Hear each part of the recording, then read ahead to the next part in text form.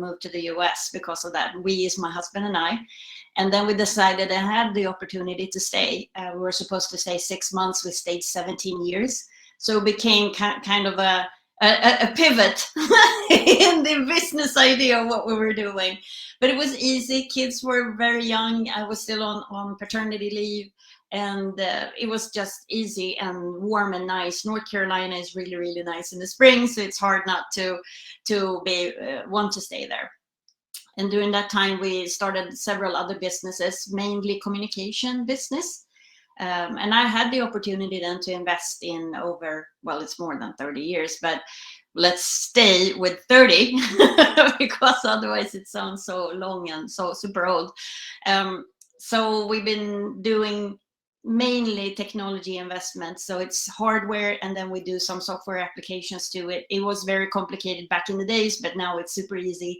So we need to find something that is defining where an innovator or an entrepreneur, it could be the same, of course, has something that they want to pursue, but we have the opportunity then to build it into a business instead. So that's what we've been doing for the past 30 years.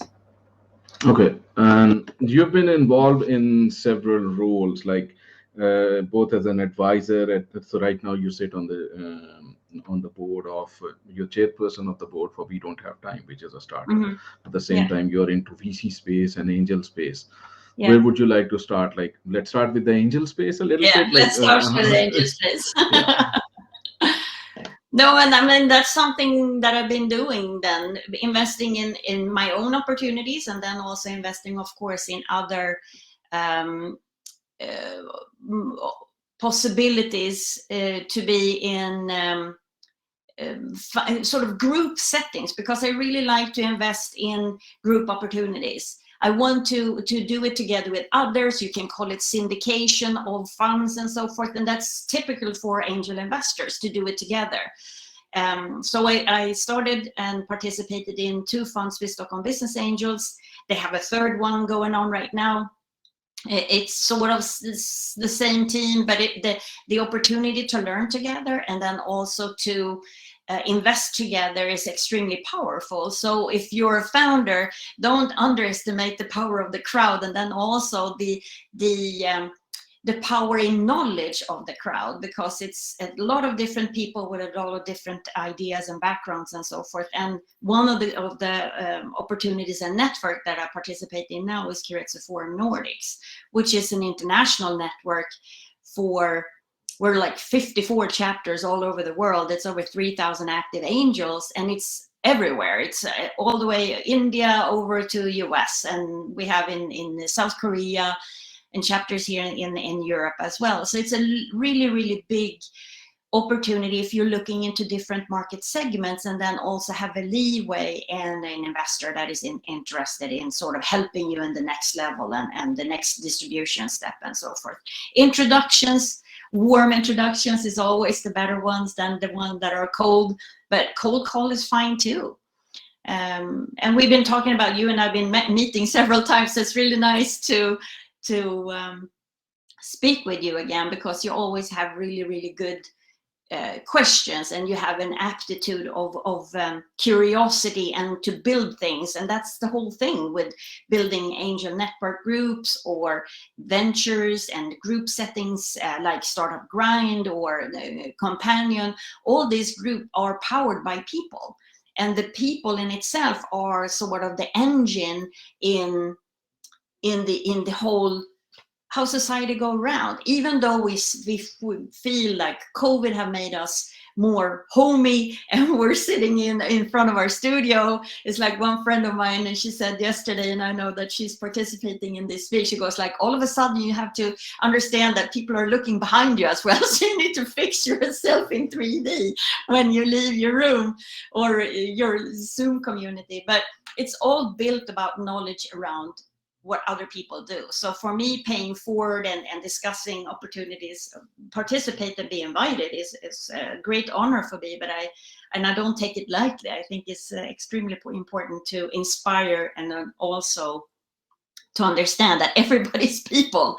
So it's not that I'm a big bucket of money.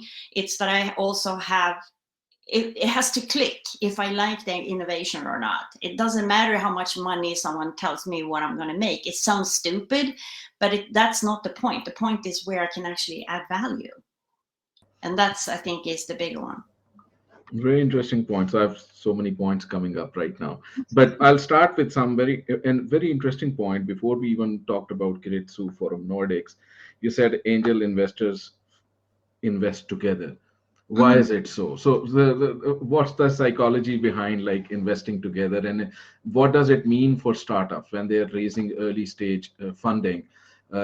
Should they be looking at a group of angels? How do they tap into that group? Like, how does that work? Well, I mean, it's usually if you want to invest and participate in several companies and sort of spread your risk, if you may say so, it's better to do it with smaller amount of money in several companies. The rule around angels is that you can be actively invested and active in the companies in about 4 companies at a time. It doesn't say that you can't invest in more companies, but it depends on how you can spread your time. To be honest, it's a lot of work. And when I invest, specifically if I'm only investing in a company and someone calls me and say, I really would like to have you on board, I usually have some counter questions and I have some counter information to them and say, why don't you do this and this, and then come back to me if I'm interested. Otherwise, I'll usually try to forward it to others. And to contact a group, Antler is a group, for example. And then if you're in south of Sweden, you have Fast Track, the Mink incubator. They have an angel group around them. All these incubators, Umeå Nova has a nice large group with investors that they participate and they invite, and actively actually have tech arena or demo days and stuff like that. And people that are interested in investing usually go and listen to this. I think it's shifting from around 2013-14.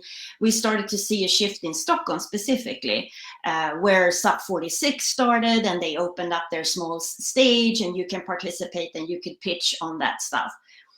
I am not really going to pitch event any longer. I rather go to incubating demo days because I know then they have actually been working on their idea. I understand that people wants to just toss, their ideas with me and bounce it and see if this sticks and so forth. And it would be fantastic if I had that time.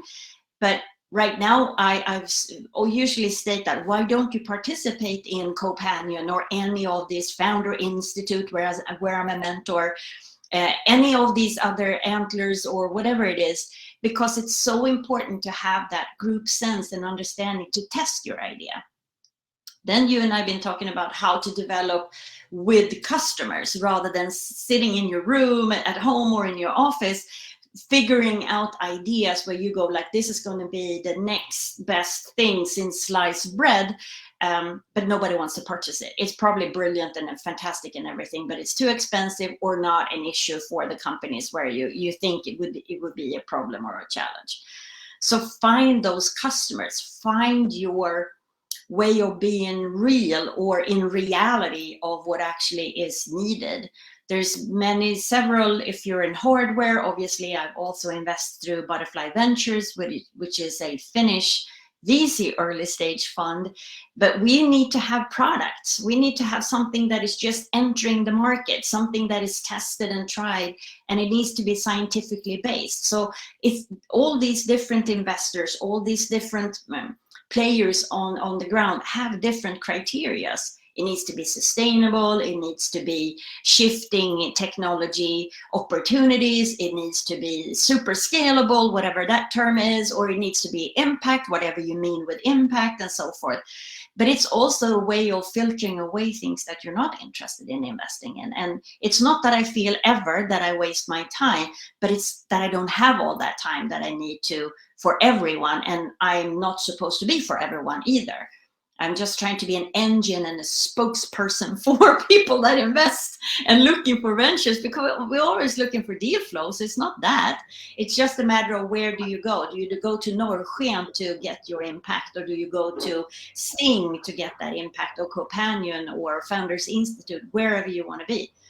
But it's usually angels, it takes not that many investments until you actually feel that you want something back. And we always add it with pi, 3 times. It's going to take the time, money, effort, interest, engagement, everything. So it's always takes so much longer than you ever think.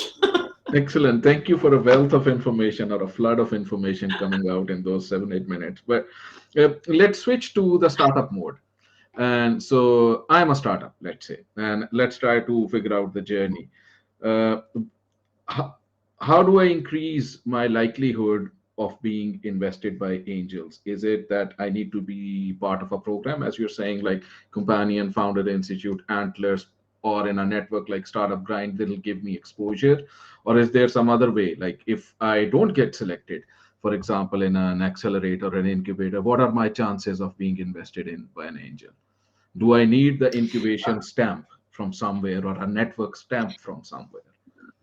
No, not necessarily, but it's always good to have someone that has proven your point or proven your business idea. But you don't need to participate in any kind of engine if you don't want to. You can be your own, everybody's their own boss, so you can do whatever you want. But it's helping and it's assisting. And if I read about it in any kind of news or whatever, where I can find more information, and just that this is a really cool opportunity that I have, I think it's easier to then participate in programs and so forth. But you absolutely don't have to. But it's more of proving your idea. You can call, or you can LinkedIn, Google, you can do whatever you want and participate. And we don't mingle that much in meetings. And a couple of years back, it was easy to just join and then figure out who you wanted to talk to at that opportunity. So I think that today's mingle is participating in incubators or in any kind of setting where you can pitch, like in a demo day and so forth. But calling, absolutely. And finding out if you know anyone who can actually introduce you so it becomes more real. But also having in mind as a venture that everything is not interesting to me, or it's interesting, but I don't know how to use the right word.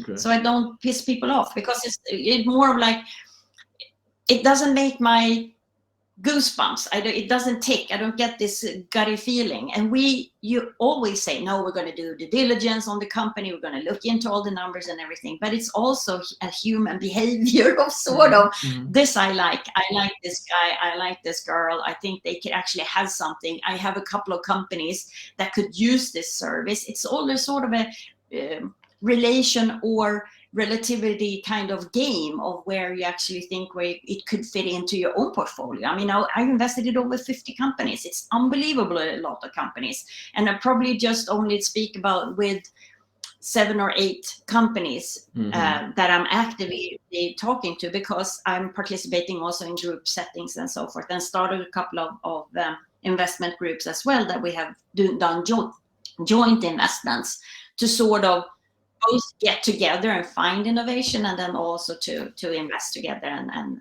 use the due diligence and not the gut only. Okay, got it. Okay, second question. Let's say I'm still wearing the startup hat, and I think it's a similar question I asked a couple of times before. From J12, Anette was here a couple of months ago, 3 months ago, and then Joachim was here from Almi Invest. Then the question is, the point is, as a startup, you have limited time, so you're fighting against you have a race against time, and you need to make it to the market, and then fundraising itself takes a lot of time as well. Should you rather focus it on bootstrapping? Now, it's like from an angel perspective, or somebody who works very closely with early stage startups. So VCs work late, but what would be your perspective? Like, where should founders put more time? Well, fundraising takes a lot of time, and it takes a lot of time of having to redo the same thing after you receive the first pot of money.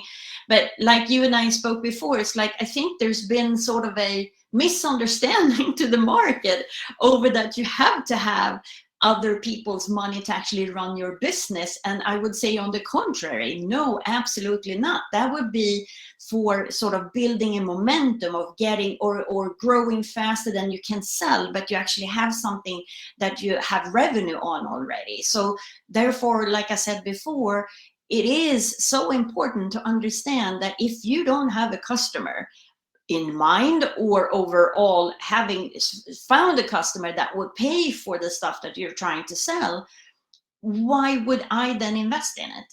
Why would I put my money into to see if someone will grab it? It's like putting a fishing line in the lake, and you know there might be fish, but you don't know because you haven't investigated that. So I think it's more of it's sort of a misdeceiving message perhaps on what startup actually is and what it is. I think 12, 15 years ago, the entrepreneur was a guy who was digging outside in the ditches or did electrical repair or plumbing and stuff like that. And then in 2010, 11 in Sweden, all of a sudden the entrepreneur became the guy or the girl that actually could run a company on other people's money. And I think that's just wrong. I think you are a business person, so you should run, even if it's a startup, you should run it as a business, that you actually you feed yourself based on the income. You feed yourself based on, and employ people based on the traction that you have and the customers that you have. So sell the stuff that you actually have instead of just asking me for money. And then I can come in when you go, like when you have a proven concept, I would love to put money into it to make sure that you actually, or this is for growth, this is for added marketing. We see different market segments and so forth. And for example, if you do packaging, since I'm on a plastic diet and have been for a long time, I really want people to understand that packaging and so forth is super expensive to do. It's super complicated to do, but it's needed to be done without plastic. So how can I put money into that? Or could you work with Tetra Pak or Mölnlycke or whoever who's doing it here in Sweden and entice them with the projects that you actually have?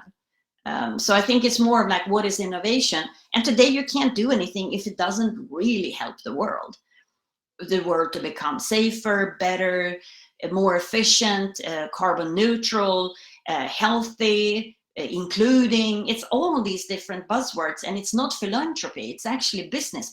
So you're supposed to make money on it. So then find a good idea what, why, and who we are targeting. It takes some time, absolutely.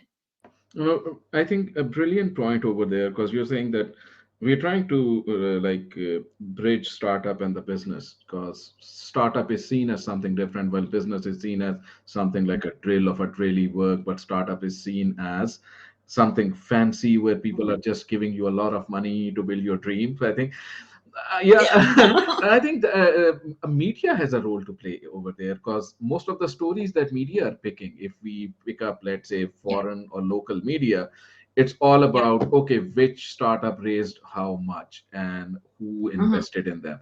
That's what makes the headline. It's not the 24/7 that you need to put in your startup. Or so I think those kind of stories are not coming out. So I think media, if they are listening, I know Camilla was here from Break It a year ago, so I think that's very important to raise the real work side of entrepreneurship as well, that you need to build. So it's, because otherwise the signal that the market, as you're saying, is getting, that all these young entrepreneurs are going after a very small false hope of just getting a lot of money with the idea on the table, which seldom happens. Still happens, but seldom happens.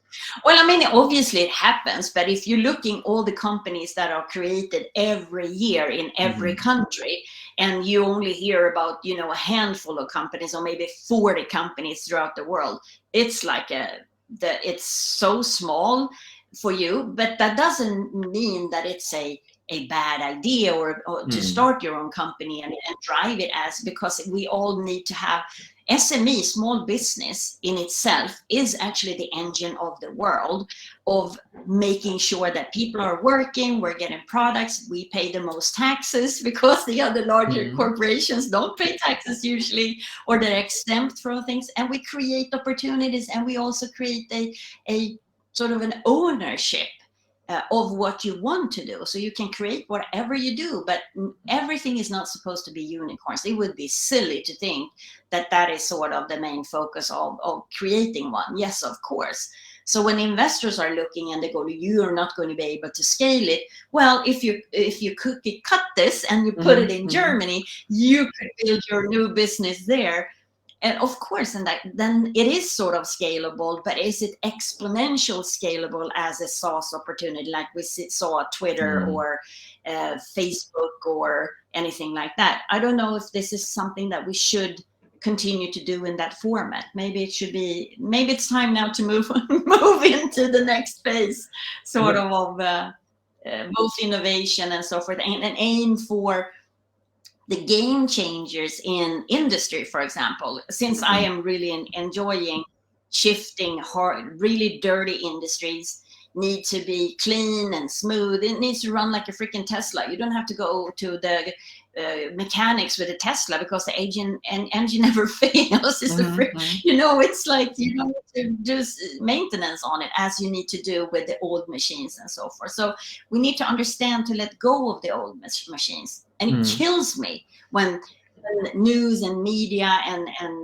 we're talking about fossil fuel subsidizing and so forth. And it goes like, it's not going to be subsidized anymore. You guys, that's old technology. We're moving over in from the big fat black white TV into a very, very skin and smooth smart TV, even if we don't need to have it.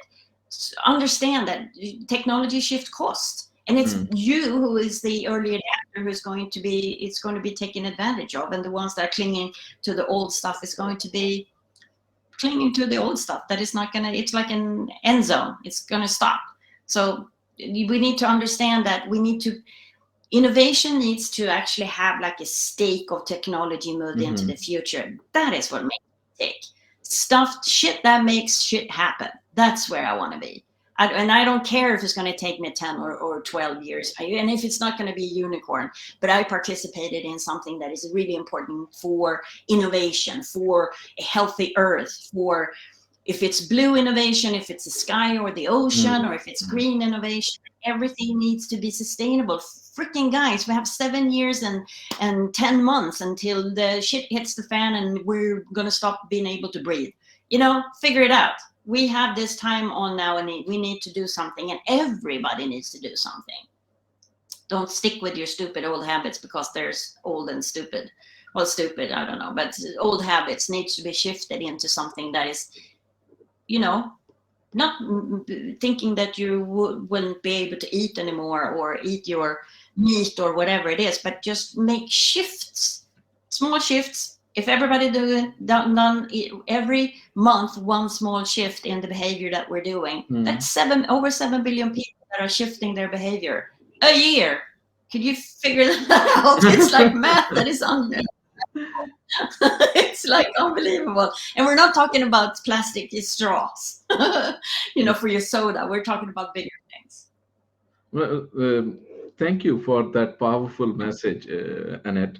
Very inspiring. I'm down for my cookbooks now. I'm sorry. No, it's really good. And I think that if we break it down to pure entrepreneurship terms as well, for those out there who are listening, if you are building a startup, can you make a big move as you're saying, can you transform an old industry? Can you break an old habit? Can you do it in a meaningful way so that the planet and the people benefit as an end? So I think those are great ideas, Annette.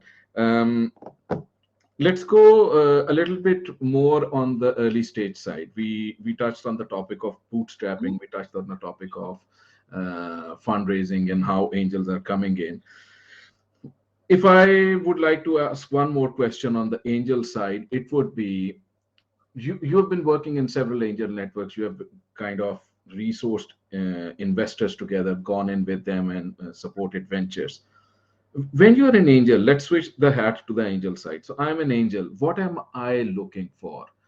When you see angels, do you see that they are more and more becoming hands-on in the ventures they want to go in, or they want something that they put some money and then make an exit out of X years? What is it that drives an angel into a venture?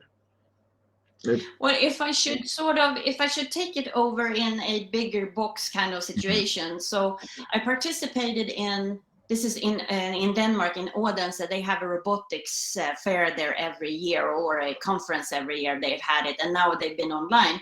But at that conference, it was so clear that the Danes are working for is usually, executives that are retired or shifting what they've been doing for quite some time. They have had a nice salary for a long time and a good career, and now they're moving in and they want to do something that is sort of for themselves, for the future, and so forth. So usually they come in as consultants.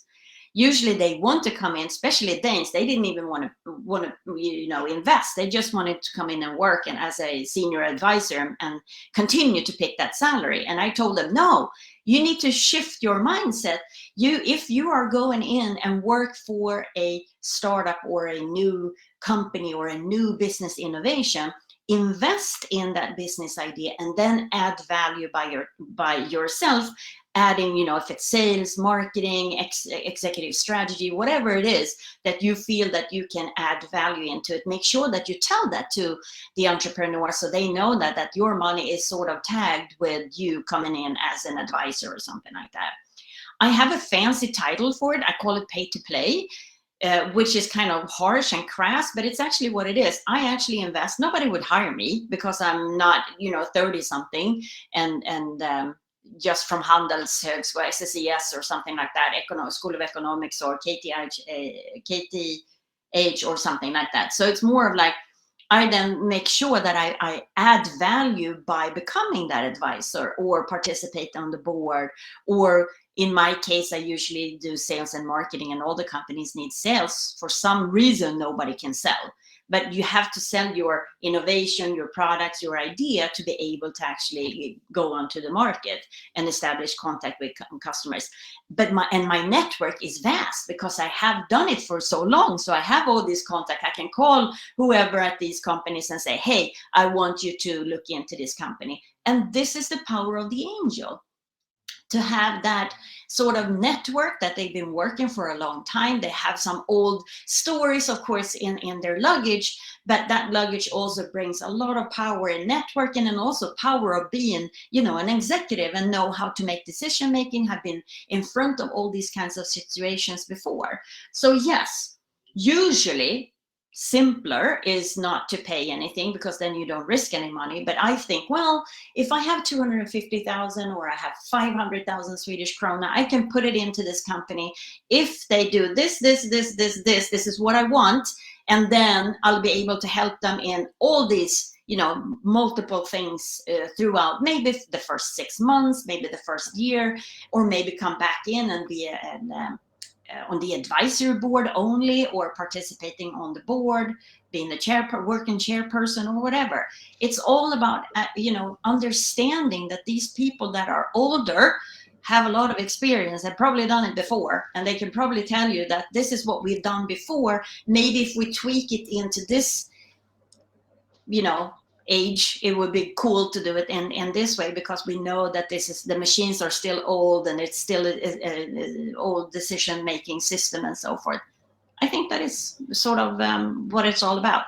But consulting, everybody wants to earn money, then nobody wants to pay. But if you're a true angel investor, you should actually pay, and then also make yourself as an asset into the company. Very interesting point. And the problem that we see with early stage startup, it's very difficult to do a valuation on something which has just come out or is close to coming out.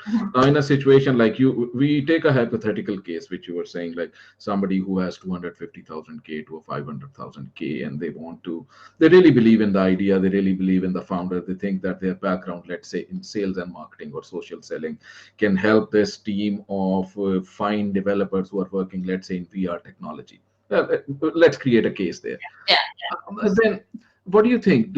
What kind of, in your experience with angels, what kind of stake are they looking for in a startup against that kind of commitment? Is it that they have something very high? Would they like to come in and take, let's say, a big chunk of equity at a 30-40%?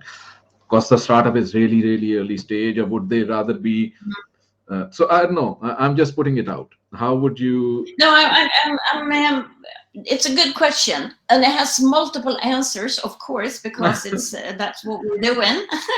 But I think it's overall. You can have Stockholm Business Angels, for example. We had this. We wanted to have 10%, and the company could not be then valued more than 10 million because we only put 1 million in. We were talking about. And that was the opportunity then of making 10 times the money that you put in.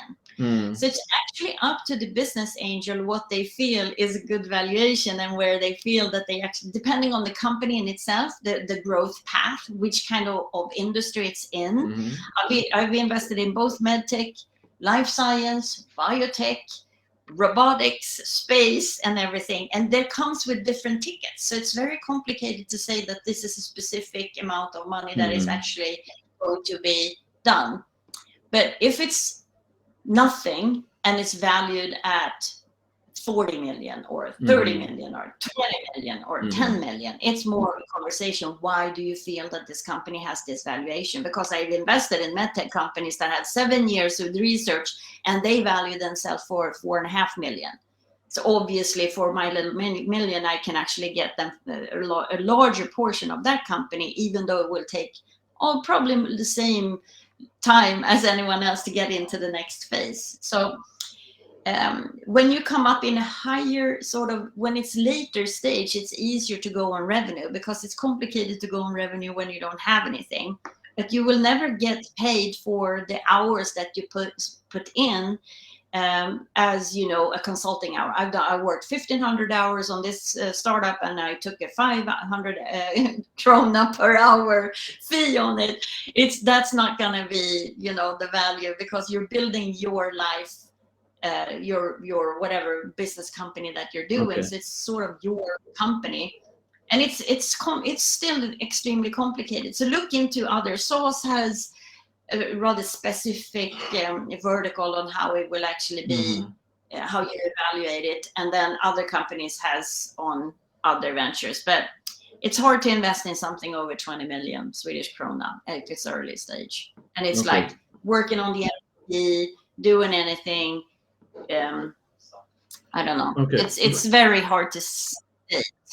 Very good. So I think that's a good baseline, because you talked about the Stockholm Business Angels Network, and then so somewhere between 10 to 20 million is the total, is the limit where your company. Well, if it's early, yes. Yeah. Or you have to. Otherwise, if you have sales, then you can multiply with sales. Yeah. Got it. But if you don't have any sales, obviously you can't do anything. So it depends on what you're going to do. Usually they want to have money. They're asking for money for marketing, because the idea needs to be at market. Because it's usually SaaS products and so forth, and they don't have actually no value if you look into it, if they don't have, you know, contracts or business that is lining up. Got it. And then there are certain startup accelerators as well, both locally and globally, where they put in some sort of a money for X%, let's say 500,000 crowns for X%, and this X% ranges from 3 to 5%, which is also a good indicator of very early stage baseline or proof establishment. But Anette, also one more thing though, if you look into, if you have a research science-based venture, there is an IP there that is way more valuable as sort of a garbage value. Is that the word? Skrotvärde in Swedish. It's like then you have something that is tangible, and you can pay. Maybe you could sell it to something if you're investing in it. That would be like a sort of a, I don't know, pacifier. Okay. But otherwise, it doesn't really matter. Yeah. So I think that's a very good point. So if you are in a hardware or some sort of a service business or a technology business where you have a real IP, then your valuation could be linked there. But Anette, you were mentioning, when you were discussing consultants, you also mentioned a point on advisory board, and I just wrote it here. I don't know what context it was, but let's try to refresh that. For startups at an early stage, is it advisable to have advisory board, or does that slow down or speed up? Like, what are the pluses and minuses? You might have said on some of them yourself, and what's your experience from the industry side on advisory boards? Well, I mean, when you start and you have all of a sudden you have are thinking and planning on that, you think you need to have investments and so forth into your company, it becomes then obviously a structure thing, because now you also have to report to the board, you have to do all these different paperworks, and you have other things to do than to sort of do that. Not to state that this is one of the important things that you do from the beginning, and there are data rooms that you can have access to today.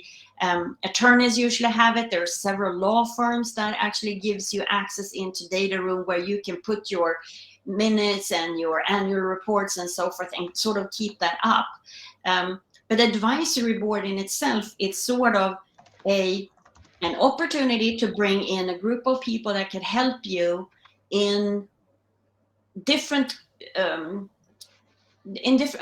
under different subjects. So you actually can have a conversation around, which market to enter, or which product to do, where do we need to pivot, how can we actually bring in revenue in another way, and so forth. So it's different opportunities and different reasons why you would have an advisory board. It's easier for me to participate on an advisory board than to commit to a board in itself and board work, because all of a sudden then we're talking about strategy and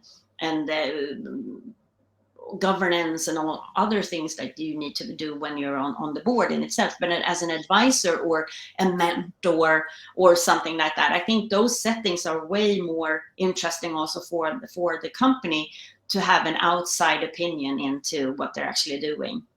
So which means that for angels, being on advisory board is simpler because it doesn't get them into the regulatory side of running the company, being responsible for its day to day. And then what kind of expectations do you think angels an advisory board has in terms of compensations? What are the running practices, for example, for that?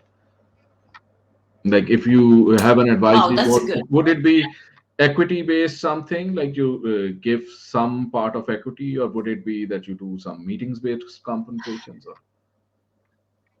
Right. Well, it's tricky because all of a sudden I also want the startups to actually look into their cap table, so you don't sort of dilute yourself for some small advice. I don't know what that is, but if you're handing out your ownership in the company too easily, it's going to be complicated as well. So I would offer a fancy place, or not a fancy place, but a good place and some lunch and so forth, and usually that's enough. Or you can say, I'll pay you 2 hours in your consulting fee if you participate in 2 workshops with us, or something like that. Put a price on it. It's not that complicated. People can say yes or no if they want to participate. Okay, very good. And then also, who else is going to be there? I mean, that's also interesting for me. If it's fun people that are going to be there, it's going to be more fun. Or people I don't know, it's even funner. Okay, so constructing an advisory board, think of some fun people who can open doors for you or let you grow. So I think that's one type of advice over here. And then figure out as a founder, like, how can you make it interesting for them to be a part of it? I think that's the key thing. It's more like a pitch for the startup. You've been around in several networks, so like VC funds are very easy to chase. Like if you want to find, for example, Icebreaker has a site. They have an Airtable with all the investments they've done. If you are looking for J12 or Atomico, everything has a site that people are identified. How do you find angels? Like you initially said that being part of a network or an accelerator kind of increases your chance. But is there something more than that? Like what are important networks, let's say in Sweden, let's say, do we have, I'm asking this for our audience here, what kind of networks could be good to be in if you want to be exposed to an angel? Yeah. Well, I think all the ones that we have mentioned, or good to participate, because it usually is connected with angels into it. Private people usually are private people, and they won't ever tell you where they are and what they're planning on doing. And people like me who don't really understand that it becomes a lot of work when I participate in things like this, that I now have to be nice and kind and return the replies to everyone, which I do. It might take a little bit longer sometimes than others. But I think if you Google angels and you Google investerare in Swedish, and then also you would get a lot of private people that are actually investing. But contact Keiretsu Forum Nordics. We have Emma Syring, who's a venture director. She will be more than happy to showcase your venture if you have if you're in that stage of actually being able to fundraise, or contact any of the other sort of SVC, the Swedish Private Equity Association, has a list of people that are investors, but usually that's family offices. So it's more of like, are you eligible to fundraising or to receive funds because you have a product market fit, or you have something that is moving and you're developed together with customers and so forth. You're a high target to receive funds. But if you, and everybody goes like, well, I just started, I have this great idea, I think it's going to be good. Well, continue to work on it and make sure that you are working the right way, and that you're working with a customer that actually want to purchase it, and not your best friend and so forth. So make yourself audible to whoever you're doing it to, and then participate in networking events and so forth as well. It's not easy to fundraise. It's not easy to be an angel, to look into all these business ideas and this and all the people that are looking for funds as well, and disappoint them when you say, sorry, this is not what I invest in, but why don't you go here and there? I think that if everyone paid that complimentary forward, why don't you go to this person instead, or why don't you go participate in this, or maybe I can introduce you to someone. And I try to be as humble as possible, but I can't do the sales for you.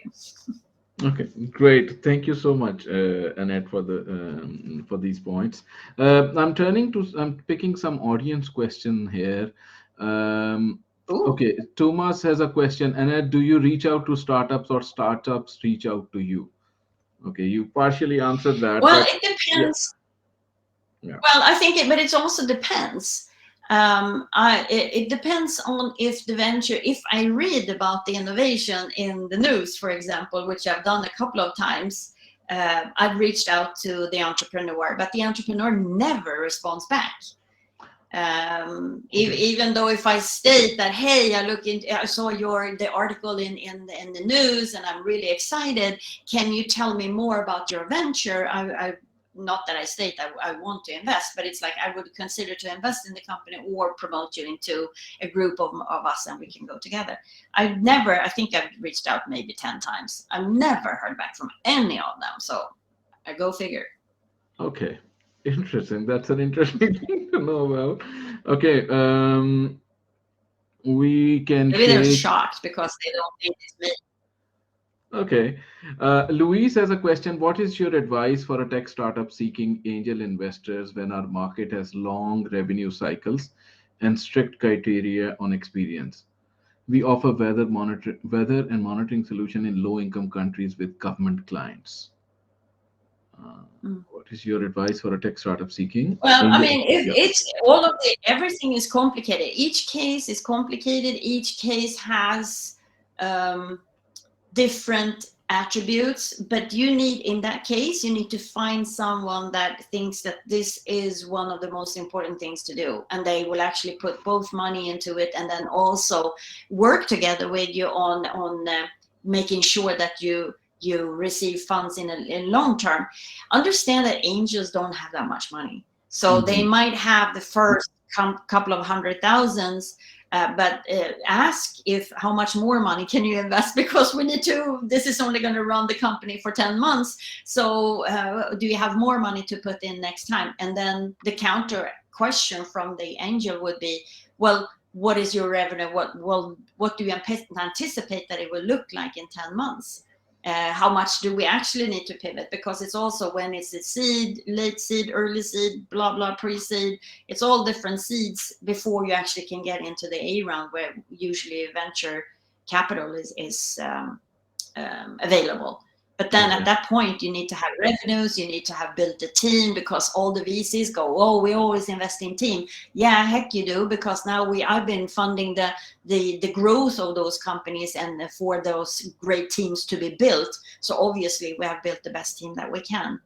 So it's angels have a hard time to look into, well, they can see that the entrepreneur is good, but there's not that big of a team around that person. Okay, thank you, Annette. Fareed has a question. Can you address startup valuations in Sweden, especially versus US? Should startups consider incorporating in Delaware, similar to many Ukrainian startups, for better valuation? Like, does place of startup have any link with the valuation? That's what I make out of the question. Well, I mean, everyone. Well, this is complicated depending on which market you're addressing. If you're looking into US angels, obviously Delaware, or they're going to be, the West Coast people are going to be, miffed because it's a Delaware company, because they're in California, so they want to be a California-based company. Understand that angels are local, even though everyone says that it doesn't really matter. I've invested in Estonia companies, but it's because I feel that I have an understanding for the Estonian startup network, and I know people there, so I can actually call them and get references. So depending on which market you're addressing, yes. But if you're looking to evaluate your company and get the most dollars out of it, build the company and you will get the most dollars out of it, or kronas or whatever. If you don't have a business, it doesn't really matter where you put it up. I wouldn't complicate it too much if you're looking for Swedish investors and you're working in Sweden to do a Delaware company. I don't think that Swedes will invest in Delaware companies. Good point. As Good it is point. now. Yeah. Anna Unander has a question. Can you rate the incubators you like, Annette? Okay. That's an Who's fishing? No, I can't. Okay, I can't got it. rate. I think that everything has their purpose, and I think it's a good question. Though, of course, we want to rate it, but no, I don't. I think that Sting has been working for a very, very long time, and they have the same crew that are with them for a long time. They have figured that one out. They also have capital from the government. Mink down in and Fast Forward is a really nice incubator as well. Companion, all of them are really nice. It just depends on where you want to do and which ideas, on which stage of the idea you are in. I mean, Founder Institute, for example, they take that you just have a super idea, not even a business yet. So I think it's just depends on. But I like to invest with Almi Invest, for example, because they can do due diligence on technology side. They can, because they're also a government sort of driven investments. They look into different things. So I like it when they participate in it, and we have co-invested with them several times, both with the business angels of the SOAF and then also together with others. So it's good deal flow there, and they've done really, really good things for the sort of investment community. So if you go into Almi Invest, they also have a green tech fund, and I think that they also support. But they need private angels to match the capital. So you need to have us both. So I think very good point. I'll also jump in a little bit and give a little bit of answer over here, because when you're going for how would you say, a structured support, you have three basic types of support systems available in Sweden. One is spontaneous advisory that you can get from Almi, Companion, Drivuset. If you're in a university, Drivuset is a great network. So that's more like 2-3 meetings. Maybe they have a mentor program. So that's the first level of support, I would say. And then it depends on your idea, that whether it's a deep tech idea, maybe those ideas go on an incubation track. But if you're close to releasing or have just released, then accelerator is a better fit for you. More recently, with coming off a month ago, we had the global CEO of Founder Institute here, and also we had Anders from Antler. Now, Antler and Founder Institute are more people-based accelerators. So you can really go there with your credentials. They'll assess you as an individual because they put a lot of value on who is behind, and your idea then is secondary in that case, because then if you have the drive, the right mindset to build a venture, you can eventually build a venture out of their accelerator program. So great point over there. I'll move to another question. We'll close it in a couple of minutes because we started like 15 minutes early, so I'm cognizant of everybody's time. Sorry, we'll take one or two last questions. So we'll start with Ali Raza. Based on your experience, what should startups expect from a right angel investor? I think I've been talking about that for 45 minutes now. Yeah, that's so.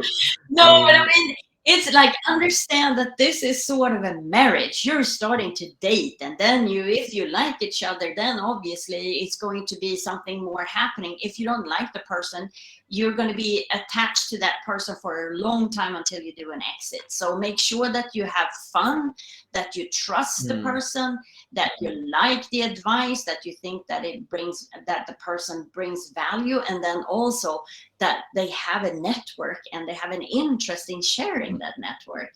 Because it's all about growing. Angel investing is super early. We do it because we can.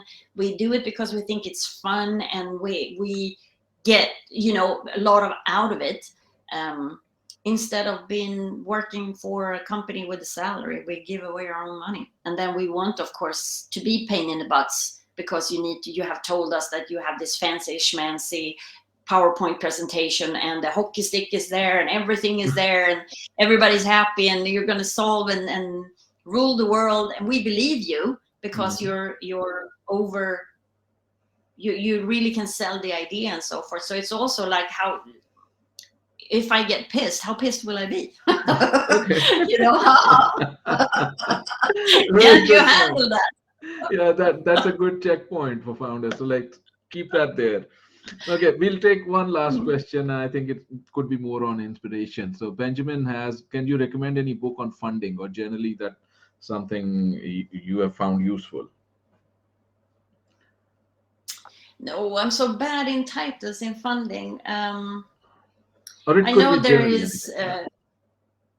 Well, no, I don't. Well, I think, it's more on the other side over how to evaluate companies and so forth. So Lennart Olsson with Stockholm Business Angels, he wrote two interesting books about, one is venture capital and the other one is in Swedish, and it's about how to invest in, hur du investerar I träffsäkra startup or something like that. Okay. Those books are really, really interesting. They're super complicated. Well, they're not super complicated, but it's a valuation process and so forth, which I try to build, or we are building in Keiretsu, where members and angels can come in and they can get that education over there.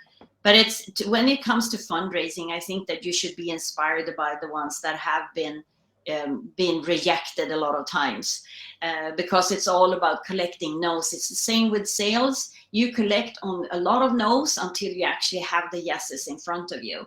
And you can be smart in looking into who you want to invest in your company, what kind of money, and if that person is the correct person. Because if you come and you visit me and then they are upset and said, I've been visiting 120 people, investors, and nobody wants to invest. And I'm like, well, then you met 120 people that weren't interested. So it's not that you have to do your research on your own and find those that want to invest in your company.